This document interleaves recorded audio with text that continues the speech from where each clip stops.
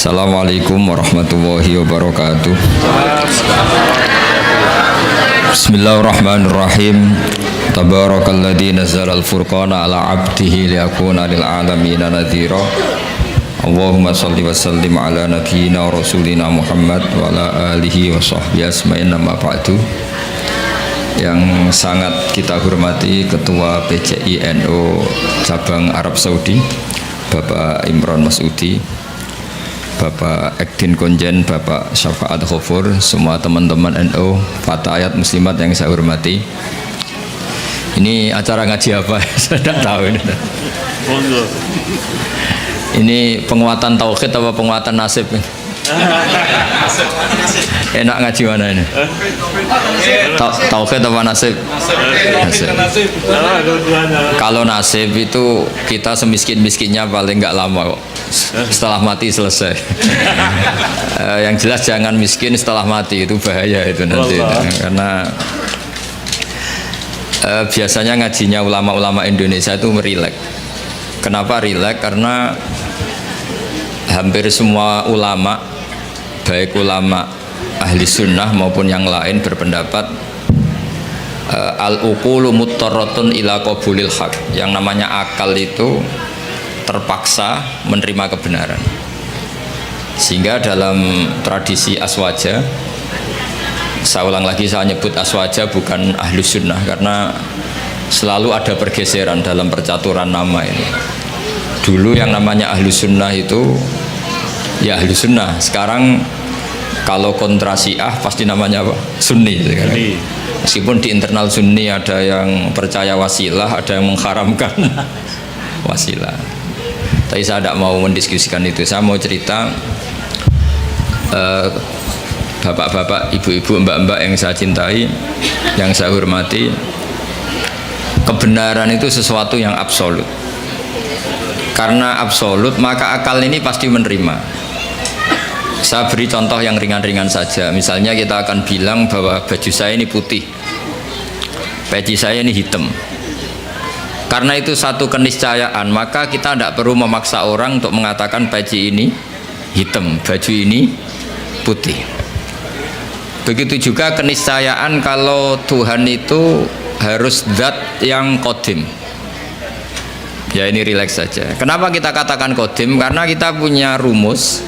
Alam raya ini diciptakan. Di mana-mana pencipta pasti wujudnya sebelum yang diciptakan. Sehingga kita dengan santai menerangkan ke anak-anak, Allah itu qadim, qidam. Karena yang diciptakan ini sesuatu yang nyata, seperti langit bumi ini nyata. Nyata itu ya nyata, nyata itu real. Maka penciptanya harus super nyata, yaitu dalam tradisi tauhid kita disebut wajibil wujud, zat sing pasti eksistensinya wujud. Sehingga kita mulai kecil diajarin alam raya ini diciptakan oleh zat yang wajibil wujud. Sehingga mulai kecil kita dilatih, Pak Konjen itu ngapalkan sifat berapa? 20 Pak Imron ya? Yaitu wujud, qidam, baqa, mukhalafatul lil hawadis. Jadi sebelum negara itu anti sama faham komunis, faham ateis, saya ulang lagi ya, sebelum negara membakukan keantiannya, menolak paham ateisme, paham komunisme, itu akalnya orang Indonesia itu sudah menolak paham ateisme. Kenapa menolak? Karena di musola-musola, ini Pak Imron juga anaknya Kiai, saya tahu keluarga beliau karena orang Madiun. Saya itu mbah saya itu juga ada yang orang Sewulan, Sewulan pondok tertua di mana itu Madiun, itu masih. Saya ini keluarga Mbah Sambu Lasem. Saya ulang lagi ya. Jadi sebelum negara itu anti faham ateisme, ateisme itu satu faham, orang itu anti Tuhan, bahwa alam raya ini tanpa butuh Tuhan. Sebelum negara punya ketetapan MPR menolak ateisme, komunisme, itu akal kita sudah dilatih menolak. Kenapa dilatih menolak? Karena akal kita tidak bisa menerima. Misalnya hadhil maujudat, terus kamu bilang khalaqahal adam, bahwa langit bumi yang wujud ini diciptakan oleh sesuatu yang tidak wujud. Itu akal sehat mana yang bisa menerima konsep itu? Segoblok-gobloknya kita, meskipun kedonyan golek real itu nggak akan terima satu pikiran bahwa alam ini diciptakan oleh ketiadaan. Karena al-adamu la yakhluqu syai'an, yang namanya ketiadaan pasti tidak bisa menciptakan. Yang bisa menciptakan siapa? Ya pasti sesuatu yang wujud. Maka pertama sebelum kita tahu sifatnya Allah yang banyak, yang harus diketahui apa? Sifat wujud. Karena sesuatu yang wujud yaitu alam raya pasti disebabkan oleh yang wujud.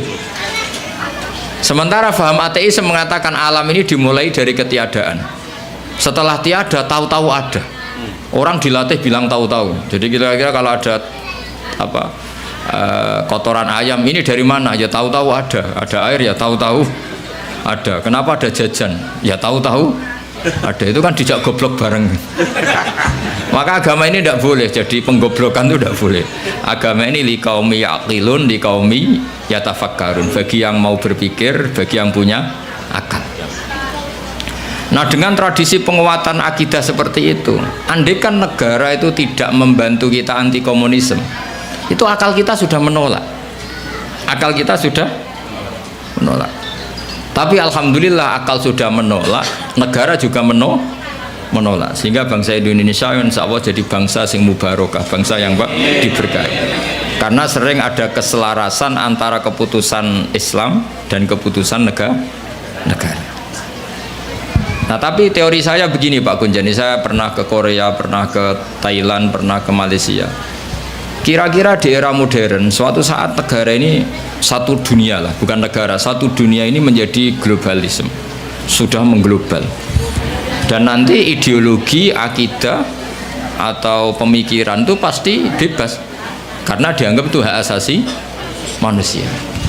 Maka saya minta madrasah sini juga yang lain-lain. Nanti pertarungannya adalah pertarungan logika. Karena negara tidak terlalu bisa diharapkan. Tadi misalnya negara Uni Soviet itu kadung komunis misalnya. Negara Cina kadung komunis. Korea Selatan juga begitu. Beberapa negara Eropa kapitalisme. Dan beberapa negara yang lain sudah milih ideologi tertentu. Kalau kita mengandalkan negara, maka pertarungan-pertarungan akal itu tidak pada semestinya. Tapi kalau kita mengandalkan al-barohin wal hujjat, itu adalah logika yang disebut oleh Allah qul falillahil hujjatul baligho. Itu maka Islam itu akan nyaman. Saya beri contoh begini, misalnya kita ngajar di Eropa atau di Amerika, kita bandingkan saja, kamu milih Tuhan yang sebelum ada alam raya ini atau Tuhan yang sudah lahir di bumi. Mesti akal sehat mengatakan milih Tuhan yang ada sebelum langit dan bumi. Karena kalau Tuhan yang lahir di bumi, logikanya sama buminya dulu buminya. Bagaimana dia tahu-tahu jadi Tuhan, lahirnya saja dulu buminya. Jadi kita mensyarahkan bingung. Tuhan lahir di bumi, berarti bumi dituhani oleh Tuhan baru. Itu gak ketemu secara akal. Sehingga Allah itu sering kalau ingin menafikan itu mentidak Tuhankan yang tidak Tuhan ya. Menafikan itu apa? Mentidak Tuhankan yang tidak Tuhan. Itu Allah dengan cara sederhana. Sederhana itu mudah.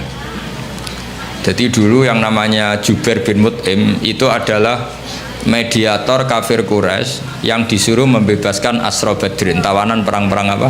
Badar. Karena dia orang cerdas, dia jadikan mediator untuk nego sama Rasulullah SAW. Ketika nego, kebetulan dia nginep di sana maghrib, Nabi baca surat Wattur wa kitabim mastur fi rokim mansur wal baitil ma'mur wasaqfil marfu. Sampai satu logika tentang Tuhan, yaitu ayat am khuliqu min ghairi syai'in am humul khaliqun. Masa alam raya ini diciptakan tanpa sebab? Syai' itu huwa al-mawjud. Jadi wa indana syai'u huwal mawjudu. Masa alam raya ini yang mawjud, yang punya eksistensi, yang wujudnya nyata, kemudian diciptakan oleh sesuatu yang tidak wujud. Akhirnya Jubair bin itu mikir, amhumul khaliqun, atau memang kalau kamu gak percaya Allah itu gak ada, apa jangan-jangan mereka kalian semua ini yang menciptakan langit bumi? Makanya dipertanyakan Allah am khalaqus samawati wal ard. Sampai ada sekian pertanyaan, termasuk Qul ara'aytum ma tad'una min dunillah aruni madza khalaqu minal ardi am lahum syirkun fis samawat. Orang-orang yang kamu tuhankan Lata, Uzza, Hubal, apa ikut berkontribusi saat langit bumi diciptakan? Sehingga pertanyaan-pertanyaan Allah itu menohok. Akhirnya kata Jubair bin Mut'im, Mataraka Muhammadun li aqdina syai'an. Muhammad tidak meninggalkan akal kita sama sekali. Maksudnya logika tentang Tuhan Lata Uzza itu nggak masuk sama sekali. Karena tadi misalnya, makanya dalam Quran ini yang perlu dikuatkan adalah akidah. Karena saya bayangkan setelah nanti dunia ini global, yang bisa mengawal Islam itu hanya al-barohin wal hujjah, yaitu logika.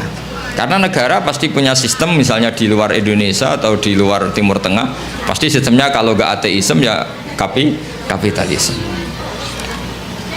Maka kata Imam Nawawi, Syekh Nawawi, kebanggaan kita, karena beliau orang Banten tapi hidup di Mekah sampai bergelar Sayyidu Ulama'il Hijaz. Itu setiap menafsirkan fa inna hisbawahi humul ghalibun, sampean lihat di semua ayat yang di situ diterangkan, pasti logika Islam itu menang. Itu diterangkan kata beliau, bil hujat wal barohin, amma bisaulah fala, katanya. Kemenangan Islam itu pasti dengan argumentasi ilmiah. Kalau soal kekuasaan itu tidak mesti. Kita tahu Rasulullah pernah kalah di perang Uhud, dan itu Allah dengan enteng ya, dengan santai ngendikan watilkal ayam nudawiluha bainan nas. Kalau perang itu pertarungan fisik antar manusia, sehingga bisa saja Rasulullah yang hak kadang-kadang kalah, yaitu kayak di perang Uhud. Tapi Rasulullah sebagai pembawa kebenaran, yaitu yang sesuai dengan akal sehat, itu ayatnya ja'al haqqu wa zahaqal batil innal batila kana zahuqa.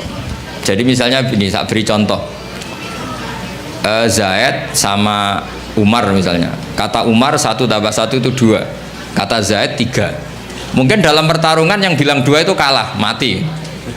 Tapi dalam logika 1 tambah 1 2 itu akan menang selamanya lama, karena 1 tambah 1 3 itu sesuatu yang batil atau yang mukhal.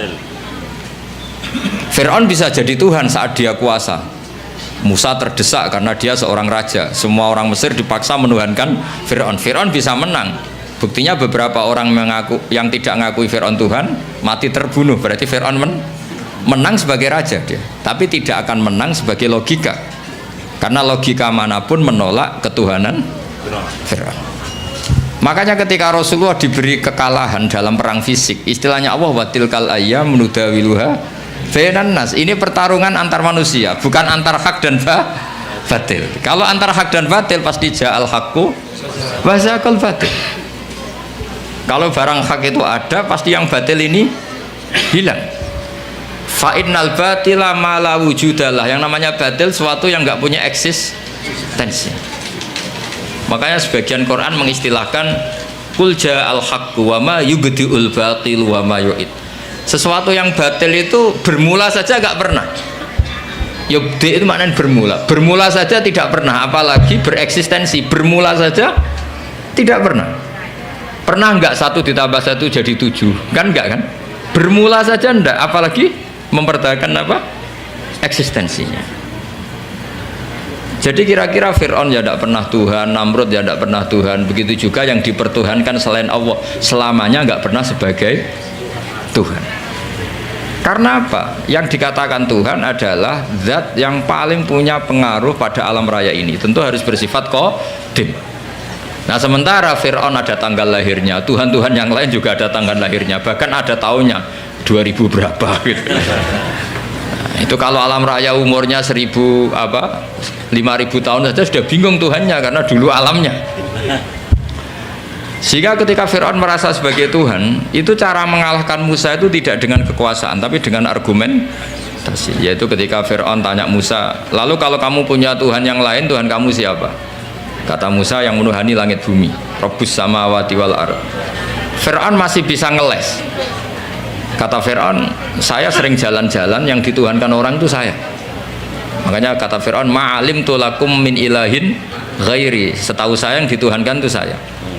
Soal kemungkinan Tuhan Musa ada di langit, terus dia manggil Haman. Haman itu arsitektur handal. Ya Hamanu bnili sorhal la'alli ablughul asbab as-samawati fa'attali'a ila ilahi Musa. Haman bikinkan saya piramida yang tinggi supaya saya bisa melihat Tuhannya Fir'aun. Tuhannya siapa? Musa. Andai kan adu argumentasi ini nunggu piramida jadi, maka Musa akan kalah. Karena setelah dilihat pun Tuhan tidak akan pernah kelihatan. Maka Musa agak mau, kalau pakai logika itu Musa pasti kalah.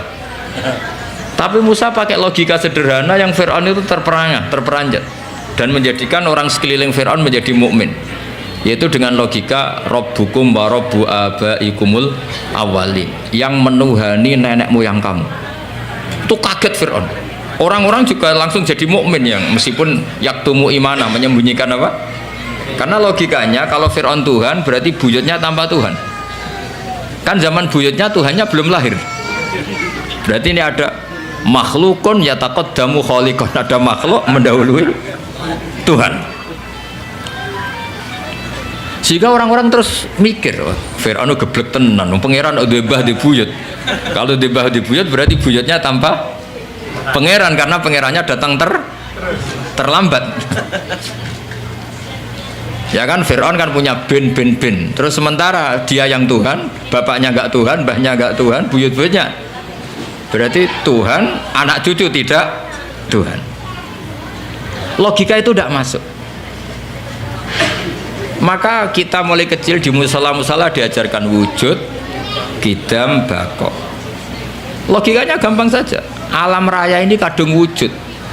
Kalau kadung wujud, nggak boleh kita punya rumus ini alam yang wujud diciptakan oleh yang tidak wujud.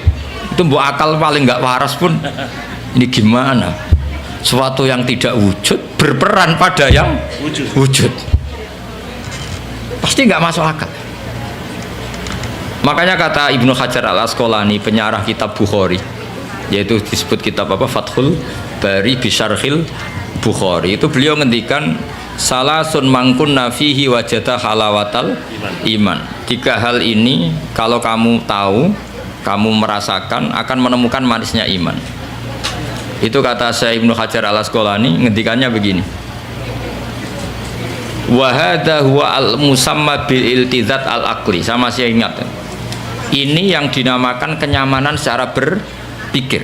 Jadi halawatal iman menurut beliau adalah orang yang sampai ke rutbatul iman, ke derajat iman karena kekuatan berpikir. Misalnya begini, kamu bisa tidur gak kira-kira kalau dipaksa oleh satu ideologi yang jadi Tuhan tuh Fir'aun. Dia lahir di bumi, punya bapak, mbah-mbahnya gak Tuhan. Yang mulai Tuhan ya Fir'aun itu. Karena dia Tuhan, maka dia pencipta mbah-mbahnya. Padahal dia datang terlambat. Itu otak kamu paksa nerima itu tuh gak bisa nerima. Karena aneh, Tuhan kok datang terlambat. Fir'aun itu Tuhan, tapi lahirnya sama wujudnya dulu bumi yang dituhani. Mesti kamu kan balik loh, podo-podo pangeran aduk bumi ini, tidak Fir'aun kan gitu. Nah, beda dengan akidah Islam. Akidah Islam itu yang membuat kita bisa tidur nyaman, merasakan halawatal iman, karena alam raya ini diciptakan oleh zat yang lebih dulu ketimbang alam raya ini.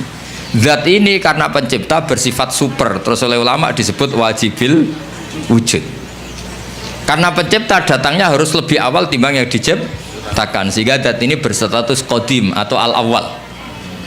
Karena dia pencipta maka dia superior, karena superior tidak terkalahkan, maka zat ini bersifat baqo, wujud, qidam, baqo. Karena zat ini super maka nggak boleh ada kembarannya. Pak Imran saja nggak mau ditandingi apalagi Tuhan.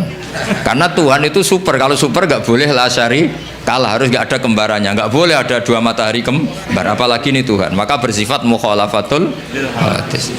Karena wujudnya Tuhan sebelum ada yang lain, maka dia harus nggak butuh orang lain, dan nggak butuh orang lain disebut qiyamuhu binafsihi. Dia harus bisa menjaga eksistensinya sendiri.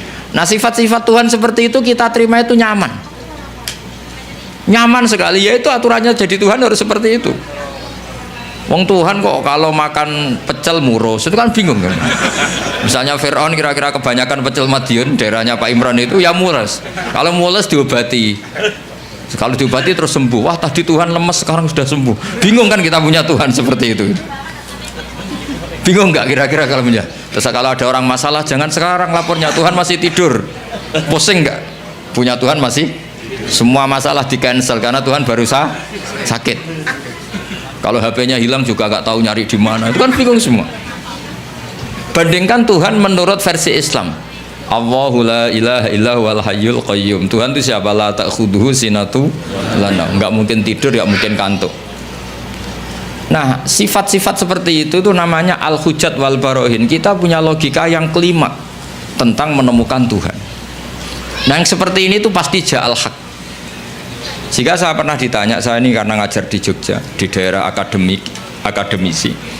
Pak, suatu saat kalau ada perbandingan agama, boleh enggak? Saya bilang boleh. Yang penting enggak perbandingan pemeluk agama. Karena kalau Islam dibandingkan non-Islam pasti yang menang Islam. Liyudhirahu ala dini kulli. Makanya dulu masyhur itu ada perdebatan Ahmad Didat sama seorang non-Muslim antara Tuhan Allah dan Tuhan yang lainnya. Itu banyak mahasiswi dari Swiss, dari Swedia bilang sepertinya Tuhan Anda lebih menarik. Karena disifati Tuhan Islam adalah sebelum ada alam raya ini tidak ada kembarannya, tidak ada macam-macam, pokoknya tidak ada yang salah. Sementara Tuhan yang lainnya lahirnya di bumi, ada tanggalnya, pernah kecil, mungkin pernah kalau jalan jatuh, mungkin pernah macam-macam lah, sehingga nggak meyakinkan berstatus sebagai apa? Tuhan.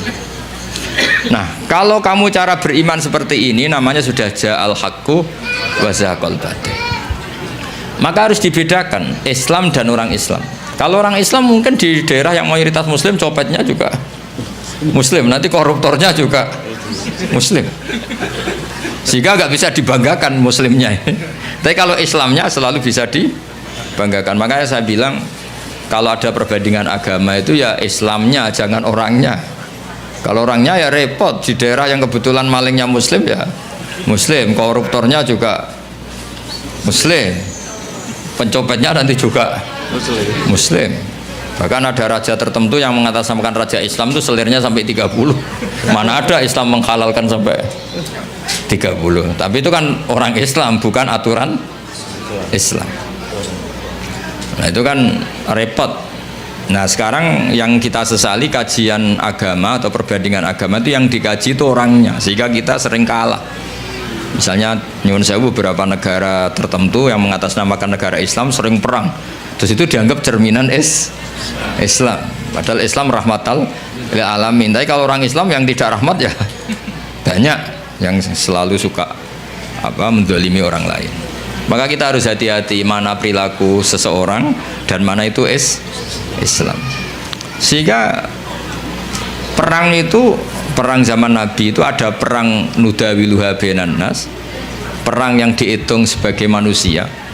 Ada perang yang dihitung bainal haqqi wa bainal batil. Kalau perang itu antara pertarungan benar dan salah, pasti yang menang itu benar. Karena tadi qul ja'al haqqu wa ma yubdi'ul batilu wa ma yu'id. Sesuatu hak itu pasti datang, maknanya pasti punya eksistensi. Seperti putih. Putih ini ya memang putih, punya eksistensi putih. Yang mengatakan ini hitam meskipun dalam pertarung menang tetap dia kalah. Bisa saja mengatakan baju saya putih itu kalau duel fisik menang yang mengatakan hitam. Duel fisik ya. Tapi dia tidak akan menang selamanya karena dia dianggap gendeng. Masa putih dibilang hitam? Paham ya ini logika ini. Di sini ada istilah ja'al haqqu wa zahaqal batil. Sehingga Quran itu unik cara ngajari kita berfilsafat. Kalau ada kalimat itu salah, itu disebut kata Quran kaburat kalimatan takhruju min afwahihim. Ada satu kalimat atau perkataan yang menjadi kalimat itu karena diucapkan oleh lisan. Allah menyebut kaburat kalimatan takhruju min, seperti sampean bilang bajunya Gus Ba itu hitam, itu ya satu kalimat tapi menjadi kalimat karena diucapkan. Tapi iyakuluna illa kadiba, kalimat itu bohong, wong putih kok dibilang hitam. Ada kalimat yang memang menunjuk musamanya. Kalau dalam ilmu mantek, kalimat yang menjadi kalimat karena menunjuk hakikat, itu yang kalimatu hakin. Seperti orang yang bilang baju Gus Ba itu putih, dia menjadi kalimat karena mengatakan sesuatu yang sesuai kenyataan. Sehingga kalimat tauhid disebut kalimatu haqqin 'alaiha nahya wa 'alaiha namut. Itu satu kalimat yang memang hak, memang nyata, memang yang Tuhan itu Allah. Sehingga mengatakan Tuhan itu Allah adalah kalimatu haqqin. Tapi yang mengatakan misalnya Fir'aun itu Tuhan itu disebut kalimatul batil, menjadi kalimat karena diucapkan, bukan karena menunjuk hakikat. Paham ya ini ya? Itu hebatnya Quran melatih kita. Jadi ada kalimat penunjuk kebenaran, ada kalimat menjadi kalimat karena diucapkan. Makanya disebut kaburat kalimatan takhruju min afwah. Sehingga kalimat itu punya problem. Problemnya apa? Yaitu sekali salah awalnya, ini diskusi ringan tapi masalah tauhid. Itu kalau salah awalnya akan salah terus. Sehingga Nabi Adam pertama diajari Allah itu tentang penamaan sesuatu, wa 'allama Adamal asma. Karena semua kemusyrikan itu dimulai dari salah nama. Ya, dimulai dari misalnya gini, zaman kafir Quraisy atau kafir Arab jahiliyah dulu, zaman itu bilang ini Lata, ini Manat, Manat dari kata Manan, ini berhala pemberi, ini Al-Uzza, berhala yang agung. Coba kalau dari awal dibahasakan hakikat, oh ini batu Ponorogo ini, pemahatnya Pak Imron, dulu dijual ke sini itu kredit. Itu nggak ada sakralnya sama sekali. Karena menjadi sakral atau disakralkan karena inhiya illa asmaun samaitumuha antum wa abaukum, karena kamu salah memberi nama maka ini mendapat posisi.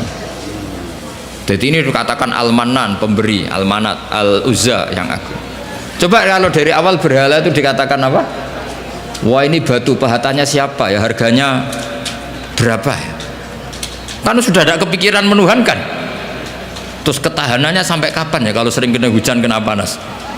Wah itu kan nggak keren sama sekali. Tapi gara-gara salah nama, awas tuh nak bawa pisau kualat. Kalau tidak kamu mandikan kualat, kalau tidak kamu sembah kualat. Terus ada teror-teror ini, terus akan-akan ini Tuhan. Maka semua kesalahan manusia itu dimulai dari salah memberi nama. Makanya Mbah Mun itu gak suka kalau ada nama salah itu. Termasuk beliau ngeritik wong Jawa nak digawe jenenge ewoh. Ewoh itu kan ribet. Mulane sih ribet tenan wong darane apa? Darane apa? Ewoh. Ewoh itu maknane repot. Makanya ulama dulu itu kalau guyon itu mau lucu-lucunan tok. Imam Syafi'i itu pernah dikasih tahu orang yang tadi nyucup jenengan, yang sama jenengan dohirnya takdim, itu setelah keluar dari jenengan ngerasani jenengan, berarti dia munafik. Tapi jawab Imam Syafi'i itu lucu, enggak apa-apa. Kenapa? Berarti saya wibawa, ngomong di depan saya agak berani gitu. Jadi dianggap enteng saja. Jadi, itu Imam Syafi'i diceritain ini, itu sekian orang tetangga kamu itu gak seneng kamu, itu gimana kamu Imam Syafi'i? Baguslah kalau gak seneng saya. Kenapa? Oh nak seneng malah utang katanya. Masyhur itu makalah Imam Syafi'i. Waman asa ilaika faqat atlaqaka. Orang yang berburuk sama kamu itu artinya membebaskan kamu. Coba orang yang gak seneng kamu pernah gak pinjam mobil? Gak pernah kan? Utang duit? Gak pernah. Justru yang seneng-seneng itu yang tuh kadang-kadang pinjem. Jadi Imam Syafi'i itu nanggapi dunia itu enteng saja, karena dia tahu bahasa yang benar itu tahu. Jadi enteng. Ulama dulu itu gampang. Ada seorang ulama dulu dia kaya, temannya banyak, ketika miskin jadi tukang panggul pasar, temannya tidak ada yang main ke situ. Diprovokasi sama temannya, sudah kamu miskin nggak ada yang jenguk, berarti kamu dilupakan teman-teman kamu. Jawabnya apa? Baguslah kalau teman saya lupa saya. Kenapa? Kalau mereka ingat terus melihat saya jadi tukang panggul pasar, betapa malunya saya. Baguslah kalau lupa, jadi miskin saya nggak jadi tontonan. Jadi ulama dulu tuh segampang itu. Karena ilmunya banyak, jadinya melihat fakta itu gampang saja. Ada pembantunya Abu Yazid Al-Bustami itu dikasih uang kira-kira mungkin ya 20 real itu, suruh beli daging, ternyata dagingnya harganya 50 real. Ini nggak cukup, daging naik mahal, maka uang ini nggak cukup. Jawabnya Abu Qasim Al-Junaidi, Abu Yazid arkhisu hubistarki, jadi arkhisu hubitarki, ya bikin murah saja. Loh 20 aja nggak cukup, oh dibikin murah. Ya menjadi mahal karena kamu ingin beli. Kalau nggak ingin beli kan tidak mahal, ya sudah nggak usah beli. Jadi ulama dulu itu enteng sekali. Makanya banyak ulama dulu itu punya istri cerewet, judes tetap jadi wali. Karena kalau istrinya judes itu katanya dia, wah ini tambang pahala. Karena mensabari orang judes itu ibadah. Maka bilang istrinya, monggo teruskan. Nah selama ini kan enggak, kalau istri kita judes kita bilang, oh ini kita lelaki kok dimarahin istri, harga diri kita itu berpikir yang salah. Ini tambang pahala. Tambang apa? Dan kalau judes tuh bagus. Kalau rukun malah minta belanja, malah mahal itu. Coba kalau sedang mesra itu mintanya istri apa? Belanja kan? Murah mana? Pas marah sama pas rukun? Biayanya itu. Murah mana? Pas neng-nengan sama pas harmonis? Mahal mana? Mahal pas harmonis. Maka anggap saja gitu, pas neng-nengan alhamdulillah ini jedeng. Meskipun dimarahi terus lama-lama jantungan mati. Jadi mau saya cerita, jadi ulama dulu itu gampang sekali. Karena sekali sesuatu itu salah nama, itu bahaya. Makanya pertama Nabi Adam diajari wa 'allama Adamal asma. Maka alhamdulillah kita dari awal mengatakan bumi ini makhluk diciptakan, manusia juga makhluk diciptakan. Sehingga status kita, andikan kita dari awal mengatakan Fir'aun makhluk, Nabi Isa juga makhluk, mungkin nggak menuhankan orang yang berstatus makhluk. Tapi kita kadang nggak mengatakan manusia itu manusia super yang seakan-akan hidupnya nggak butuh orang lain.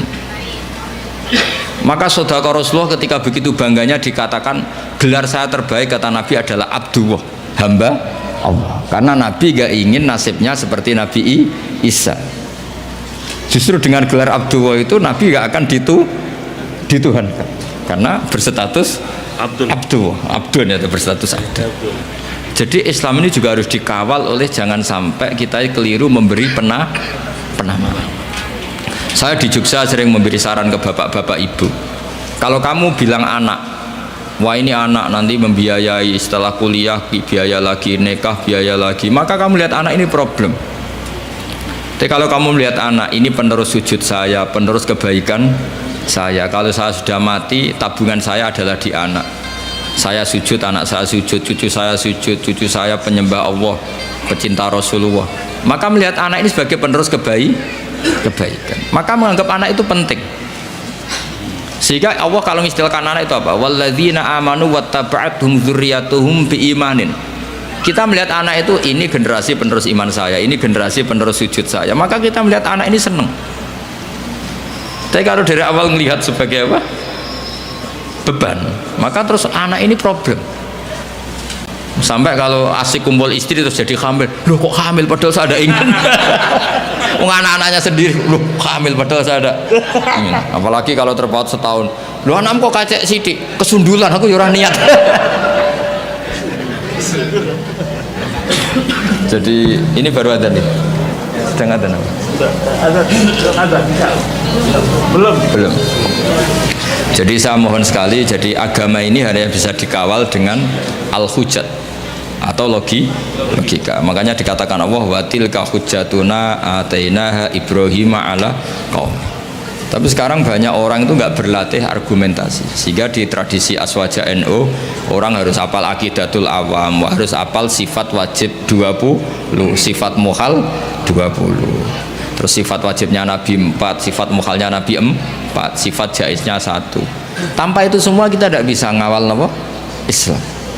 Karena pertarungan duniawi itu menyudutkan Islam. Misalnya Anda bilang katanya orang Islam itu hidupnya fid dunya hasanah, orang Ethiopia kok miskin-miskin, kamu tidak bisa jawab.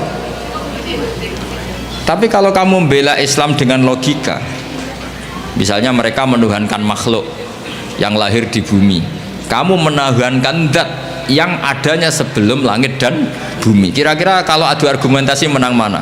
Keabsahan sebagai Tuhan.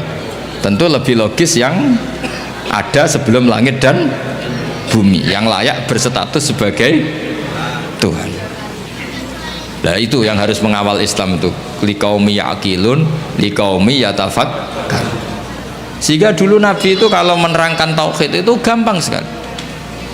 Saya berkali-kali cerita kalau ngaji dulu orang kafir jahiliyah itu Tuhannya banyak karena problemnya banyak. Sehingga ketika Nabi mengajarkan satu konsep Tuhan satu atau tauhid, itu mereka bilang gini, aja'alal alihata ilaha wahida inna hadza la syai'un ujab. Masa urusan banyak kok Tuhannya satu, ini aneh. Makanya mereka bilang apa? Aja alal alihata ilahau wahidah. Masa Tuhan yang banyak menjadi satu, ini aneh. Problem kita banyak, kasus kita banyak. Harusnya Tuhannya juga banyak. Terus Nabi secara santai menerangkan, kalau kamu jadi pembantu atau jadi budak, terus punya majikan banyak, perintahnya beda-beda, kamu pusing nggak? Wah ya pusing Muhammad, mendingan majikan satu. Terus Kanjeng Nabi bilang, inna rabbakum sayyidukum, Tuhan kamu adalah majikan kamu. Kalau Tuhannya banyak merintahkan semua, pusing kamu kan. Ya sudah mat, Tuhannya satu saja. Itu yang dimaksud daraballahu mathalar rajulan fihi syuraka'u mutasyakisuna wa rajulan salamal lirrajul hal astawiyani masalah. Alhamdulillah, Allah membuat satu perumpamaan, ada orang punya majikan banyak yang perintahnya beda dengan orang yang hanya mengabdi satu majikan. Kira-kira kamu milih mana? Milih yang satu majikan. Terus ketika mereka menuhankan berhala itu, Nabi bikin contoh itu sederhana sekali. Daraballahu masalan abdam mamlukan. Allah memberi satu perumpamaan begini. Nabi itu pidato begini. Andaikan ada budak yang buta, sudah buta tuli, kamu mau nggak tak kasih pembantu yang seperti itu? Wah ya nggak mau Muhammad, pembantu kok malah ngerepotin ya. Berarti itu nggak sah jadi pembantu, nggak sah. Lalu jadi pembantu saja nggak sah, kok jadi Tuhan? Yaitu berhala itu kalau potong tangannya terputus ya dibangun lagi, kalau kotor dimandikan. Itu kan Tuhan kok ngerepotin ya. Jadi abdan, nah itu makanya disebut wator bawa masalah rojulaini ahaduma abkam. Abkam itu nggak bisa ngomong, layak diru ala sein, melakukan apa saja nggak bisa. Wahwa kalun ala maulah, adanya hanya merepotkan. Jadi Nabi bikin satu logika, kamu mau nggak punya pembantu yang buta, yang bisu, yang tidak bisa melakukan apa-apa. Wahwa kalun ala maulah, yang adanya hanya merepotkan. Mereka jawab nggak mau Muhammad.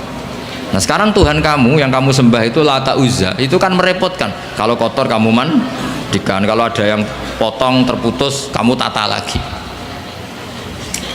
Itu logika. Sehingga terus orang kafir Mekah itu iman itu dengan logika. Itu yang dimaksud lam yakunil ladzina kafaru min ahlil kitabi wal musyrikina munfakkina hatta ta'tiyahumul bayyinah. Orang musyrik selalu dengan logika kemusyrikatan. Sehingga datanglah al-bayyinah, logika yang begitu jelas. Itu siapa? Rasulun minallah yatslu suhufam mutahharah. Nah sekarang makanya saya minta sama PCI NU, sama lembaga-lembaga aswaja NU, jangan pernah melupakan kajian tauhid, kitab-kitab yang diajarkan guru-guru kita, yaitu misalnya kitab Aqidatul Awam, karena ini yang mengawal Islam. Saya pernah di PCI NU Korea, itu mereka tauhidnya mantap, melihat ateis itu kayak melihat kebodohan. Orang kok tidak punya Tuhan, dan ceritanya aneh-aneh. Itu kalau ada majikannya yang baik, anak-anak NU yang di sana kerja itu minta fasilitas sholat, itu ditanya sama orang ateis, minta dibeliin berhala enggak, karena aneh. Jadi ada yang sholat itu dilihat dari atas gini, orang Islam kok aneh, sholat kok enggak ada yang disembah. Yang lucu lagi, saya punya teman setengah kaya karena pegawai Garuda itu pas waktu asar sholat di mall, itu security-nya nelpon polisi, di sini ada ritual teroris, tolong ditangkap. Jadi kalau bilang sholat itu ritual teroris, dianggap mukaddimah. Jadi sholat dianggap mukaddimah sebelum ngebom. Coba ya. Tapi mereka bersemangat menghidupkan Islam. Saya pernah di PCNU Korea, karena apa? Logika zaman dia kecil bahwa Tuhan tuh harus wujud dan harus qadim, dan Tuhan tuh begini-begini. Gak mungkin alam raya yang wujud ini diciptakan oleh sesuatu yang tidak wujud. Faham? Ateis itu kan super tidak masuk akal. Masa alam raya ini diciptakan oleh ketiadaan? Coba kalau kamu logika, hadhil maujudat khalaqahal adam, sesuatu yang wujud ini penciptanya adalah ketiadaan. Itu kan stres semua itu santri kamu nanti. Ini ajaran apa gitu. Tapi kalau Islam kan mengajarkan hadhil maujudat khalaqaha wajibul wujud. Wujud ini diciptakan oleh zat yang super wujud. Kan enak di akal itu. Nah kalau sudah enak begitu disebut wajadah halawatal iman. Kamu menemukan nikmatnya iman, atau yang disebut al-iltizat al-aqli, kenyamanan cara berpikir.